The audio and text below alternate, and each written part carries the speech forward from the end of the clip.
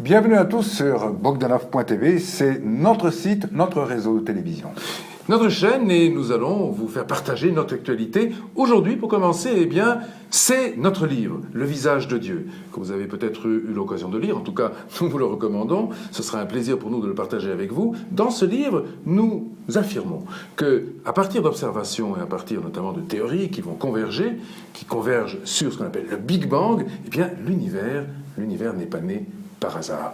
Et cette proposition, elle enchaîne une foule de débats. Dans ce livre, nous faisons d'autres révélations, à tel point que maintenant est née une polémique qui est engendrée par un rapport, ou je dirais plutôt un prétendu ou pseudo-rapport, qui émane de quelques personnes isolées au CNRS. Alors, qu'est-ce qu'il y a dans ce rapport ?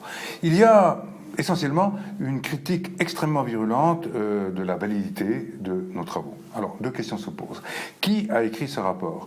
Première anomalie, il a été rédigé par des anonymes, par des agents entre guillemets masqués, qui, et c'est la deuxième anomalie, ont organisé une fuite de ce rapport dans un journal satirique que vous avez probablement eu entre les mains. En somme, ce rapport, il se compare un petit peu à une lettre anonyme qui aurait fuité vers un journal satirique.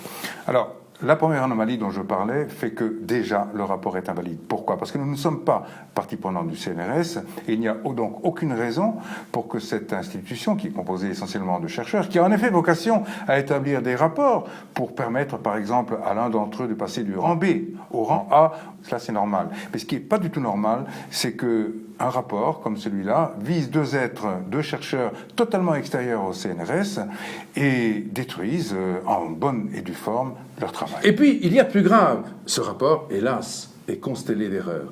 Si on se rapporte, par exemple, à ce qui concerne la critique de ma thèse en mathématiques, on voit que le rapporteur donne une seule référence, qui est la page 17. Eh bien, quand on regarde page 17 de la thèse, qui est sur le serveur de CNRS, donc qui est absolument accessible à tous, on voit qu'elle ne correspond pas à la critique qui est faite dans la page du rapport.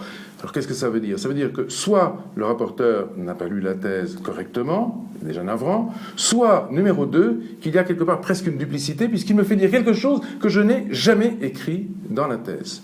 Alors, où est l'erreur ? Certainement pas chez moi, et probablement, très probablement chez le rapporteur. En tout cas, c'est une affaire dont vous allez suivre les rebondissements, les épisodes.